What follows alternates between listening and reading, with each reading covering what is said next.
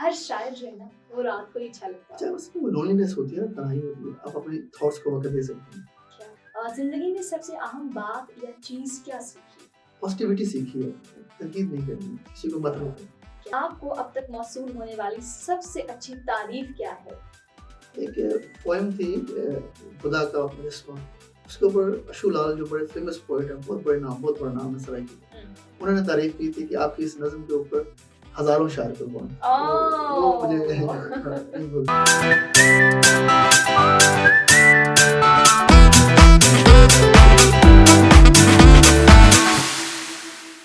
बिस्मिल्लाहिर्रहमानिर्रहीम, अस्सलामुअलैकुम। देसी टीवी यूएसए और डीटीवी एनएम के साथ मैं रुमैसा कुरैशी और आपको प्रोग्राम गॉसिप विद रुमैसा में खुशामदीद कहते हैं। उम्मीद करती हूँ कि आप सब ठीक ठाक होंगे, खुशाबाद होंगे और यकीनन अपनी ज़िंदगी को एंजॉय कर रहे होंगे। नाज़रीन, आज के एपिसोड बहुत ही ज़्यादा दिलचस्प और मज़ेदार होने वाले हैं, क्योंकि आज जो हमारे साथ शख्सियत मौजूद है, जो मेहमान हमारे मौजूद हैं, हम अजहद शख्सियत के मालिक हैं। और सबसे मज़ेदार बात ये है कि वो एक अदीब हैं, अदब से उनका ताल्लुक है, लिखारी हैं और नॉवल निगार भी हैं। ना सिर्फ नॉवल उन्होंने उर्दू में लिखे हैं बल्कि इंग्लिश नॉवेल्स भी लिख चुके हैं, नज़में भी काफ़ी जो है उन्होंने लिखी हैं। अपने मेहमान की तरफ बढ़ते हैं, जो गुफ्तगू है उसका आगाज़ शुरू करते हैं। अस्सलाम वालेकुम काशिफ साहब, कैसे हैं आप? वालेकुम अस्सलाम, अल्हम्दुलिल्लाह ठीक हूँ, आप सुनाएं आप ठीक हैं? अल्लाह का शुक्र, मैं बिल्कुल ठीक हूँ। बहुत शुक्रिया आपकी तशरीफ़ आने का, बिजी स्केड्यूल में से टाइम निकाल के आप हमारे प्रोग्राम में तशरीफ़ लाए। काशिफ साहब, लिखना तो एक तख्लीकारी है, जो कि ज़ाहिर करता है कि इंसान जो है वो लिख सकता है, इसमें तख्लीकी सलाहियतें मौजूद हैं और अल्लाह ताला की तरफ से उसे वो हदीयत की जाती हैं। तो आपको कब पता चला कि आप में एक टैलेंट है लिखने का, आप लिखने वाले बनेंगे आगे जाकर? इस तरह है कि एक्चुअली जब आपके अंदर कोई चीज़ होती है ना, जैसे आपके ख़मीर में होता है कुछ, तो वो फिर आपको टिकने नहीं देती, आपको अंदर से उकसाती रहती है कि मुझे आप एक्सप्लोर करें और मुझे सामने लेके आएँ। तो जब आपके पास लिखने की अहलियत होती है तो आप कुछ ना कुछ वरना लिखना शुरू कर देती हैं स्टार्ट से ही। तो मुझे 8-9 साल की उम्र में जब मज़ामीन लिखना शुरू किया था उर्दू में कायद-ए-आज़म और अल्लामा इकबाल के ऊपर, तब मेरे टीचर ने कहा था कि आप एक्स्ट्रा ऑर्डिनरी लिख रहे हैं। जी, जी। ठीक है, आपके अंदर टैलेंट है तो आपको इसकी तरफ जाना चाहिए। अच्छा, जी। ये कौन सी क्लास थी? ये मेरी क्लास 4 का वाक़या है। क्लास 4 का वाक़या है, जी। क्लास 4 से ही आप माशाल्लाह इतने टैलेंटेड थे। जी हाँ, सही है। और फिर उसके अलावा अगर आप अगर मुताला होता है ना आपके पास, आप बुक रीडिंग करते हैं, जी, तो जी। फिर उसमें आप पॉलिश हो जाते हो। हुँ। मैं शवाबनामा पढ़ रहा था क्लास 6 में, तो उसमें उसने लिखा था कि मैंने अपनी ब्यास बनाई हुई थी और मैं शायरी करता था। तो मुझे भी इंटरेस्ट पैदा हुआ यार, मैं लिखता तो हूँ तो मुझे अपनी एक डायरी बनानी चाहिए। तो मैंने उस वक़्त 6 क्लास में अपनी डायरी बनाई और उस वक़्त से मैं गज़ल लिख रहा हूँ, नज़म लिख रहा हूँ। अच्छा, अच्छा, डायरी का कुछ याद है आपको? पहले सफ़े पे आपने क्या लिखा था? जी। एक हमारे घर में दरख्त था, उसके ऊपर एक नज़्म लिखी थी। ओह जी। वाओ! घर में दरख्त किस चीज़ का था? ये हमारे पास दरख्त था बेरी का ना, बेर का अच्छा, दरख्त अच्छा, था। अच्छा। तो वो बड़ी छाँव किए रखता था।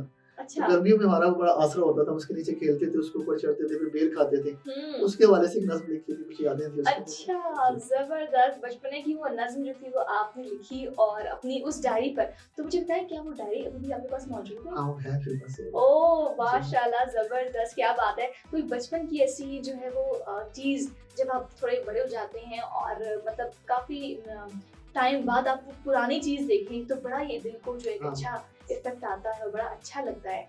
तो मुझे बताइएगा, नॉवल निगारी की तरफ कैसे जो है वो कदम रखा? क्योंकि एज़ यू नो कि नॉवल निगारी में जो है वो किरदार ढूँढने पड़ते हैं और उन किरदारों को आपने क्या अपनी लाइफ़ से रिलेटेड करके लोगों की शख्सियत चुनी, या फिर बैठे और बस आपने कहा चलें जी किरदार है, खुद ही बनाऊँ, खुद ही लिखूँ? ऐसा नहीं है, एक्चुअली ऐसा होता है कि जब आपके अंदर टैलेंट है ना, तो उसकी कई जहतें होती हैं। हुँ। शायरी एक जहत है, नज़र एक जहत है, फिर अफ़साना एक जहत है, कॉलम निगारी एक जहत है और नावल भी एक जहत है। ठीक है। तो ये आपके अंदर से ही होती है चीज़ कि आप किस तरफ आपका रुझान हो जाता है। हुँ। किरदार की तरफ जब बात करते हैं तो नोबेल इनाम याफ्ता नावल लिखा है अर्नेस्ट हेमिंग्सवे, हुँ। Old man and the sea उसकी फेमस तरीन नावल है। वो ठीक। लिखते हैं कि एक नावल दुनिया में कोई भी लिख सकता है। अच्छा, वो कौन-सा? तो अपनी ज़िंदगी के मुतालिक अपनी ज़िंदगी की स्टोरी कोई भी लिख सकता है। ठीक है, आपकी ज़िंदगी के किरदार है तो एक नावल तो कोई भी लिख लेगा। ठीक है। तो मैं नावल निगारों से मानता हूँ जो कम से कम 2 नावल लिखे हैं। ओह! अच्छा। ठीक है? तो किरदार तो अमूमन ओवरलैप कर जाते हैं। आप ज़िंदगी में किसी न किसी बंदे को मिलते हैं, और जब आप कभी कहानी बुनने बैठते हैं, कागज पे लिखने बैठते हैं, तो वो किरदार कहीं ना कहीं से घूम फिर के आपकी स्टोरी में आ जाता है, जो जाता है। आपके मतलब शऊर में कहीं बैठा होता है। जी जी बिल्कुल। कोई ना कोई ऐसा इंसिडेंट होता है जो सामने आ जाता है और वो आपको नजर आता है कहानी के अंदर। हाँ, फेमस जितने भी नॉवेलिस्ट हैं वो इस बात को तस्लीम करते हैं कि हम अपने आप को, अपने किरदार को नावल से नहीं निकाल सकते। अच्छा। किसी न किसी शक्ल में हमारा किरदार भरा नावल में रहता है, हम उसका नाम कुछ भी दे दें, ठीक है। तो किरदार, और सेकंडली ये होता है कि किरदार आप तराशते हैं ना, फिर वो आपको चैन से बैठने भी नहीं देते, वो आपको उकसाते हैं कि आप लिखें, हमें और डिफाइन करें, हमें और डिफाइन करें, मेरा किरदार कम है, मुझे नावल में लेके चलें। और एक है दुख है जो कि सिर्फ नावलिस्ट ही जान सकता है कि जब आप वो नावल खत्म कर लेते हैं तो बाजार ये होता है कि जी आपने सक्सेस होगी, आप एक नावल कंप्लीट हो गया, लेकिन नावलिस्ट को एक दुख होता है क्या? कि वो ये कि वो अब उसके किरदार उससे छूट गए हैं। ओए अच्छा, ये बहुत बड़ा दुख है क्योंकि आप उनके साथ जीते हैं, उनके साथ मरते हैं, उनके साथ हंसते हैं, खेलते हैं, पूरी स्टोरी चलती है, उनकी जिंदगी के साथ गुजारा करते हैं। बस आपका ऐसा होता है कि आप किसी जगह पे किसी ट्विस्ट पे फंस गए हैं, अब आपको नहीं पता कि अपने किरदार को वहां से कैसे निकालना है, तो आप 2-2 3-3 रातें सोचते हैं उसके ऊपर, किसको मैं कैसे निकालूं। तो जब इतना उसका साथ होता है तो जब नावल खत्म हो जाता है तो फिर हमें बड़ा दुख होता है कि यार वो मेरा किरदार था, वो चला गया। अच्छा, तो आप मुझे बताएं कि आपने फिर ये प्रोडक्शन की तरफ क्यों नहीं गए, मीडिया की तरफ क्यों नहीं आए, अपने ड्रामे क्यों नहीं लिखना आपने शुरू किया? क्या स्क्रिप्ट पे मेरा प्लान है, बिल्कुल है, लेकिन मैं असल में मेरा जो अभी प्लान है वो है फिल्म के हवाले से। मैं पाकिस्तान में जो स्पोर्ट्स अचीवमेंट है उसके ऊपर एक फिल्म बनाना चाह रहा हूँ, लाइक जिस तरह मिल्खा सिंह बनी थी, तो इसके मुकाबले में हमारे पास एक वक्त में चकवाल के 4 एथलीट थे जिन्होंने 1948, 52, 56 में मेडल्स विन किए थे, gold medal 100 metre, the flying bird of Asia, Abdul Khaliq, जिसने मिल्खा सिंह को हराया था। अब मिल्खा के ऊपर फिल्म बन गई है, हमारे पास इन स्पोर्ट्स से पर्सनालिटीज के ऊपर कभी फिल्म नहीं बनी, तो मेरा माइंड है, मैं स्क्रिप्ट लिख रहा हूँ उस हवाले से। तो क्या आप समझते हैं कि हमारी इंडस्ट्री को जो है वो इस तरफ भी जाना चाहिए? बिल्कुल जाना चाहिए, क्योंकि बिल्कुल एक लाइमलाइट और सेलिब्रिटीज वाली लाइफ जो है वो हमेशा ग्लैमरस लाइफ दिखाई जाती है। ऐसे ही, बिल्कुल ऐसे ही। इशू ये है कि हमारे यहाँ वही सोशल वाले जो हैं घिसे पिटे मौजूद चल रहे हैं, काफी हो गया, बनने भी चाहिए, ऐसा नहीं है, लेकिन अब देखिए डिफरेंट कंसेप्ट के साथ बिलाल लाशारी आया है या समद कोसट आया है, उसने डिफरेंट कंसेप्ट के साथ मूवीज दी हैं और वो चली हैं बिल्कुल डिफरेंट के साथ। अब मौला जट की जो रीमेकिंग थी, कहते थे ये पिट जाएगी, अब उसने साबित किया कि वो नहीं पिटी, तो जिसमें चार्म होता है वो नहीं पिटती। और ये जो हमारी जिंदगी के किरदार हैं, हमारे सामने इनके अचीवमेंट्स हैं, तो जब आप इसको सलमा के ऊपर आएगा, सकीन के ऊपर आएगा, तो लोग ऑब्वियसली इसको देखना भी चाहते हैं और इंस्पायर भी होंगे, और वो ऐसा kind of motivation as well.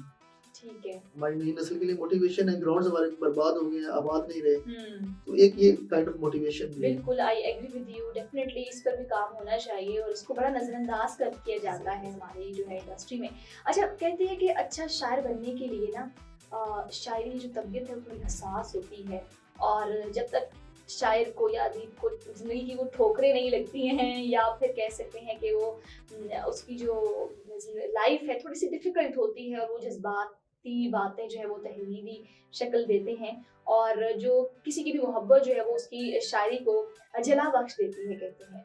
तो क्या वाकई इसमें कितनी सच्चाई है? शायरी जो है वो क्या वाकई इस चीज पर बेस करती है, नॉवल निगारी और शायरी? दो चीजें होती है ना, एक तो एक चीज है, एक आम जिंदगी के वाकयात हैं, उसको हर बंदा देखता है।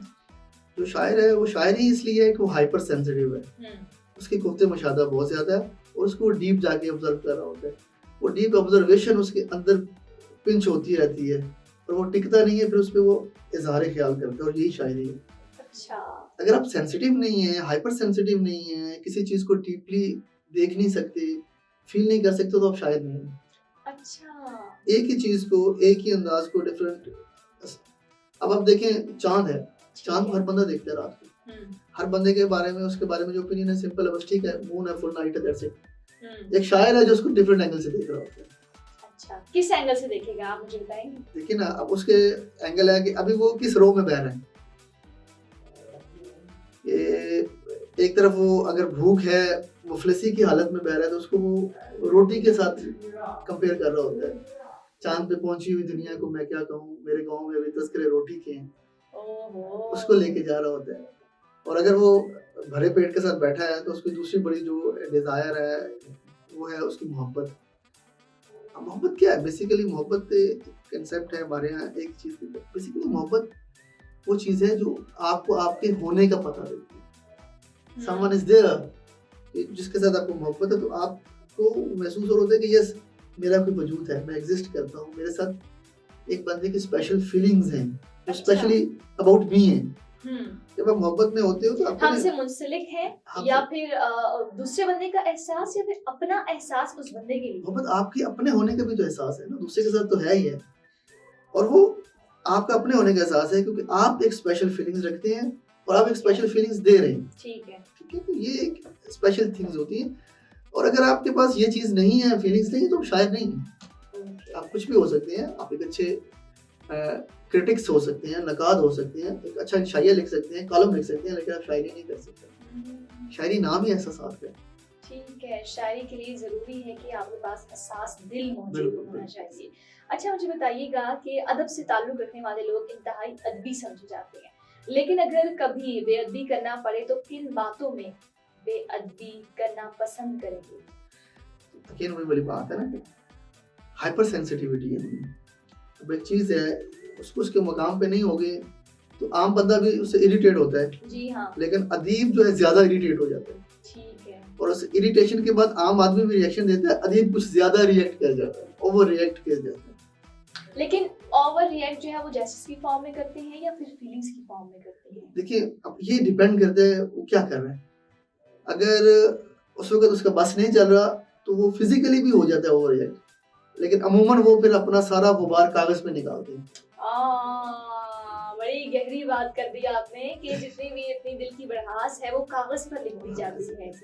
अब 200 साल पीछे चले जाएं, गालिब का और ज़ौक़ का, इब्राहिम ज़ौक़ का दौर देखें तो वो दोनों के आपस में चपलिश थे, और जब वो गुजर जाते थे एक दूसरे के सामने से और वो ओवर रिएक्ट करते थे तो वो एक दूसरे की हजब कह देते थे, एक दूसरे के खिलाफ कोई ना कोई नज्म कह देते थे। ठीक है। और दिल्ली में रोज ये खबर होती थी कि आज किसकी हिजब आ रही है, आज किसके बारे में जनाब चेज़ा लिया जा रहा है, ये चीज होती है। अभी भी सर ये मौजूद हैं ऐसे, अगर बॉलीवुड हाँ। में देखा जाए तो काफी सारे ऐसे सिंगर्स भी मौजूद हैं जो कि एक सिंगर अपना गाना इसलिए रिलीज करता है कि वो अगले सिंगर को कोई इशारा दे रहा होता है।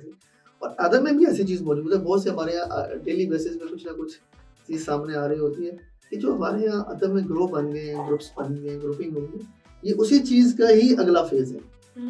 एक इरिटेशन है और आपका एक अपना पॉइंट ऑफ व्यू था, दूसरा बंदा उस पॉइंट ऑफ व्यू के अगेंस्ट है, तो आपने उसके खिलाफ बात की, तो इसको भी दो चार मिल गए साथ अदीब, उसके साथ भी दो चार अदीब मिल गए और शहर में एक फजा बन गई, हल्का अरबाब ज़ौक़ वर्सेस कोई और।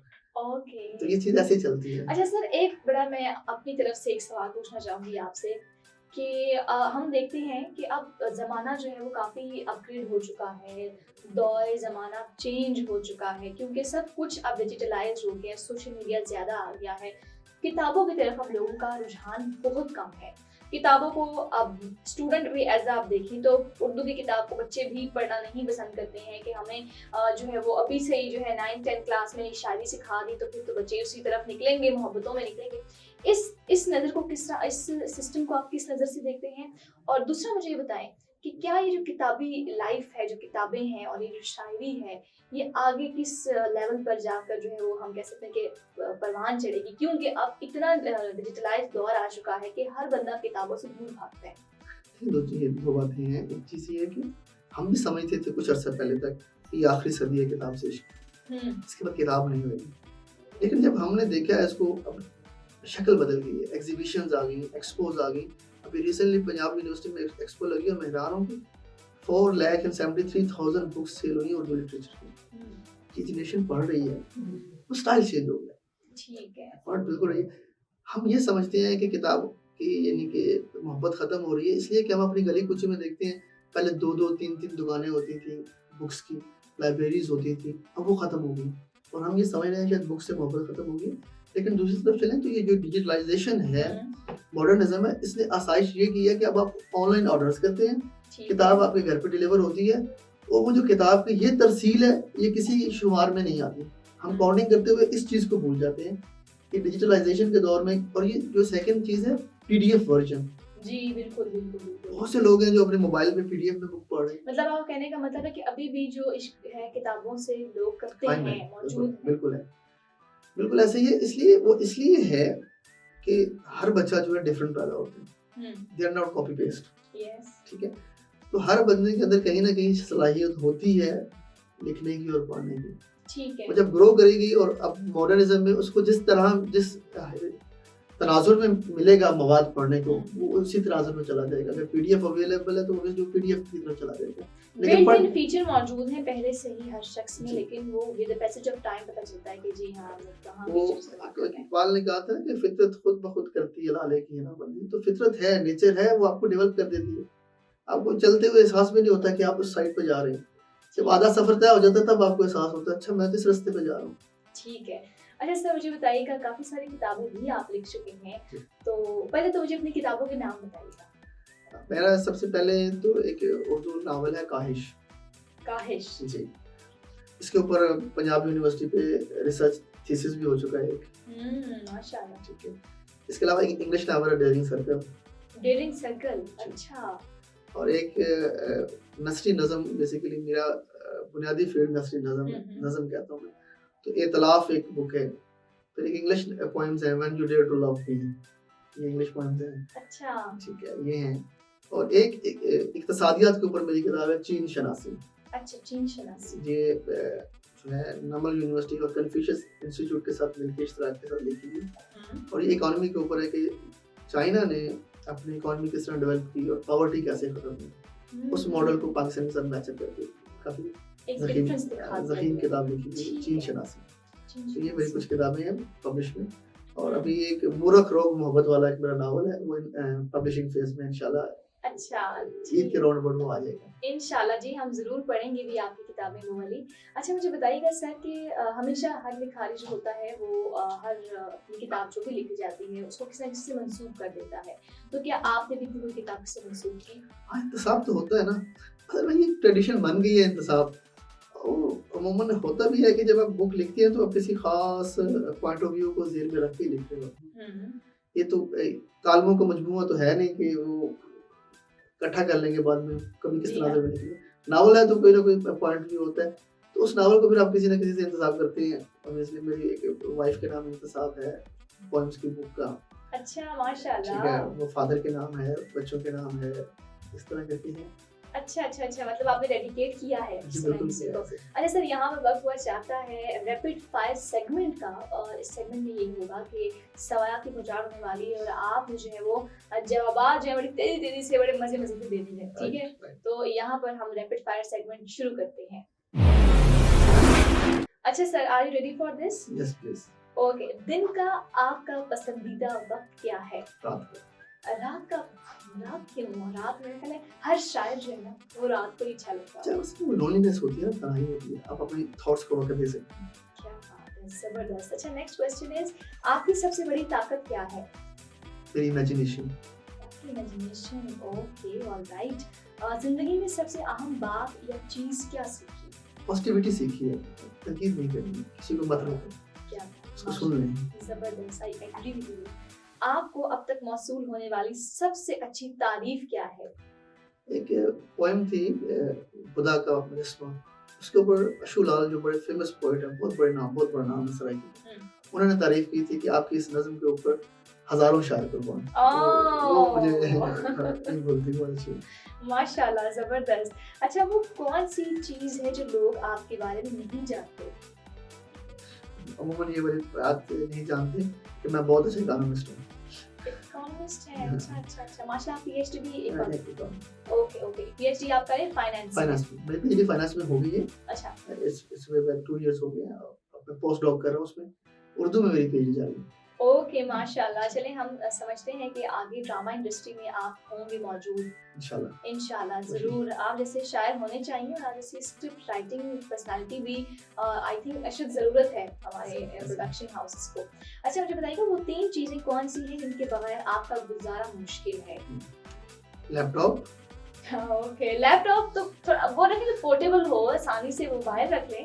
लैपटॉप उसके साथ मेरी एफिलिएशन है, और लैपटॉप मेरे पास जो चल रहा है वो तकरीबन पिछले 11 साल से ही चल रहा है। ओहो, 11 साल कैसे निकाल लिए सर आपने? उसमें चेंजेस करता रहता, एनहांसमेंट करता रहता हूँ, लेकिन लैपटॉप वही है, किसी से उनसीत हो जाती है फिर हम छोड़ते नहीं उसको। ठीक ये है, शायरों की खूबी है। ठीक है, एक हो गया लैपटॉप। कॉफी हो गई, ठीक है। और मेरी पेंसिल और नोटबुक। नोटबुक एंड पेंसिल, ठीक है। तो अब तो वो लैपटॉप पे भी आप लिख ही सकते हैं ना, वो जो आप अच्छा, लिखना इस तरह चाहते होता है कि लैपटॉप पे कंपोज करना होता है, बस आप लैपटॉप पे हम कंपोज नहीं कर सकते। हैं। ऐसी जगह नहीं होती, लेयर नहीं होती, स्पेस नहीं होती, तो फिर आपके पास काफ़ी और नोटबुक चाहिए होती है। चलें ठीक है, आपने बड़ा ही अच्छी 3 चीज़ें जो है वो उनका चुनाव किया है। अच्छा, मेरा अगला सवाल है आपसे कि आपने अपनी ज़िंदगी में अभी तक सबसे ज़्यादा एडवेंचरस चीज़ क्या की है? मैंने नागा पर्वत का बेस कैंप किया था, that's most adventurous cheese. Wow! तो बड़ी लर्निंग थी। जब हम फेरी मेडोज़ पहुँचे थे तो हमारा पूरा ग्रुप कह रहा था कि अब हम आगे नहीं जाएँगे। तो हम 2 लोग थे जिन्होंने डेयर अप किया था, एक जर्मन था, एक मैं था। फिर हम अच्छा, दोनों गए थे। क्या बात है! बस डेयरिंग थी। Oh my God! तो उस टाइम क्या फीलिंग थी सर आप लोगों में? बाकी लोगों ने आपको मना नहीं किया कि सबने भाई ना किया जाओ और था, आ सबने जाओ? किया था। दैट वाज़ डिसाइडेड कि पता नहीं अब वापस जाएँगे, नहीं आएँगे, दोबारा ज़िंदगी में इधर आना होता है या नहीं होता। कम से कम यहाँ से वापस जाके तो लोगों को कहेंगे कभी नहीं आना। तो अब यहाँ पे चले गए क्योंकि बहुत टफेस्ट ट्रैक है। नागा पर्वत अच्छा, उनके माउंटेन कहते हैं। तो यहाँ पे हादसात की तादाद सबसे ज़्यादा है। अच्छा, चलिए शुक्र है आप लोग बच के वापस आए। तो जो जाना चाहते हैं वहाँ पर उनको क्या पैगाम देना चाहेंगे? अगर देखिए, मुस्तनसर ज़िंदारत में कहा था अल्लाह पाक ने कुछ जगह ख़ास तौर पे आवारागर्दों के लिए बनाई है। हुँ, वहाँ पे सिर्फ आवारागर्दी जा सकती है। आवारागर्दी जा सकते हैं। तो अगर आपके पास पैशन है आवारागर्दी की तो you must do that. Okay, my next लेकिन क्वेश्चन उसके लिए इज़ दिल कि चाहिए होता है। दिल चाहिए और जिगरा हाँ, चाहिए। बिल्कुल तो चाहिए, दिल होता है, बिल्कुल आम बंदे का काम नहीं है। आम बंदे का काम नहीं, वो पर्सनैलिटी की तरह डेयरिंग हो और सख्त दिल रखता हो। अच्छा, माय नेक्स्ट क्वेश्चन इज़ कि आप अपने आप को 3 अल्फाज में कैसे बयान करेंगे? तामीरी, मुस्बत एंड क्रिएटिव। क्रिएटिव, माशाल्लाह ज़बरदस्त। जब आप इसे पहली बार मिलते हैं तो आप उस शख्स में क्या नोटिस करते हैं? उसका अंदाज़े गुफ्तगू आदमी चेक करता है। अच्छा, नाज़ुक गुफ्तगू चेक करते हैं। अच्छा, मुझे बताइएगा अगर ऐसा पॉसिबल हो कि एक दिन में आपकी 3 ख्वाहिशात पूरी हो जाएँ, तो वो 3 ख्वाहिशें आपकी कौन-सी होंगी? इसलिए मैं अभी यही कहूँगा कि किताब के हवाले से भी पूरी हो जाती है ख्वाहिशें। तो वो क्या होनी चाहिए? कौन-सी होंगी? मैं चाहता हूँ कि मेरे पास प्रोजेक्ट्स चल रहे हैं 3-4 नॉवेल्स के, वो एकदम पूरे हो जाएँ। ओके, एकदम पूरे हो जाए। पहली ख्वाहिश तो हो गई ये वाली। दूसरा ये जो मैं फ़िल्म का स्क्रिप्ट है वो जल्दी से जल्दी कंप्लीट हो जाए, प्रोड्यूस हो जाए। ठीक है, ठीक है। ये भी हो गया। हाँ, ये भी हो गया। और तीसरा है मेरी पीएचडी, वो भी कंप्लीट हो जाएगी। ठीक है, मतलब सारी ही आपने बातें जो है वो सबक से रिलेटेड कर दी हैं, इस वाले से। किताबों से रिलेटेड कर दी हैं। ओके जी, डन हो गया। अच्छा, आपका हिडन टैलेंट कौन-सा है जो अब तक किसी को नहीं पता? टैलेंट भी है और हिडन भी है। Hidden talent. Sportsman. Sportsman, you are a good sportsman. Yes. मैं एक वक़्त में फर्स्ट क्लास क्रिकेट खेल चुका था और आगे काफ़ी करीब था पर्सन लेवल पे जाने के लिए। कैंप पे कॉल भी आई थी, लेकिन पेरेंट्स ने अलाउ नहीं किया, उसके बाद मैंने छोड़ दिया। तो आज तक किसी को नहीं पता कि मैं क्रिकेटर भी हूँ। चलें, देखिए तो हमारे इदारे की तरफ से बाकी लोग जो वो जान चुके हैं। अच्छा sir, coming back two questions, बड़ा अच्छा सेगमेंट आपके साथ मैंने खेला है, बड़ा अच्छा लगा आपसे बात करके।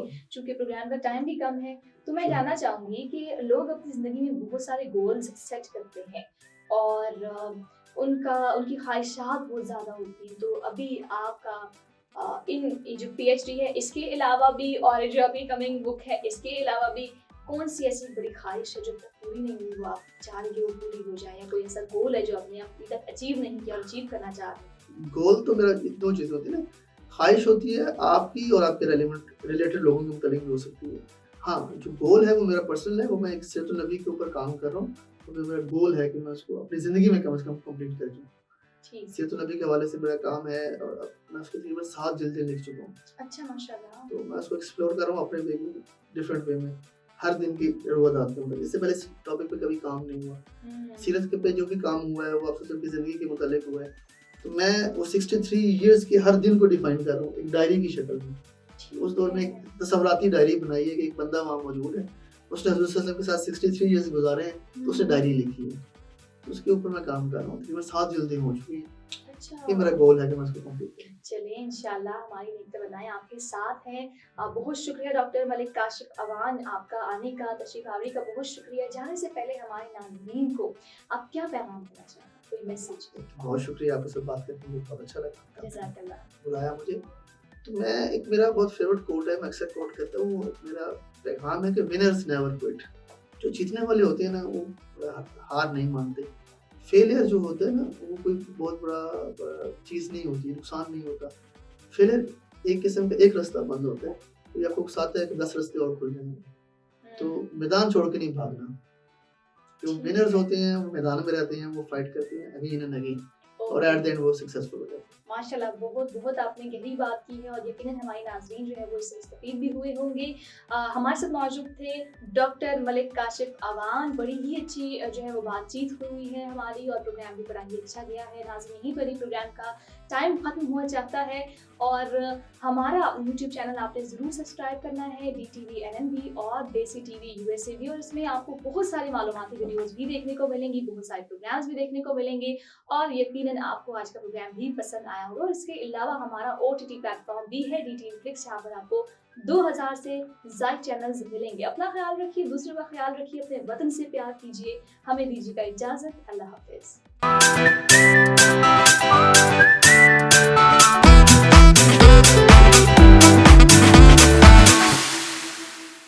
At the Houston Bark Animal Shelter and Adoption Center, we are committed to helping Houstonians be responsible pet owners. Houston pet owners can help care for their pets through Bark's Healthy Pets, Healthy Street programs, and spay or neuter their pets free of cost. We also offer low-cost services through our wellness center and will help you comply with city ordinances to microchip and register your pets with the city. Visit www.houstonbark.com to learn more.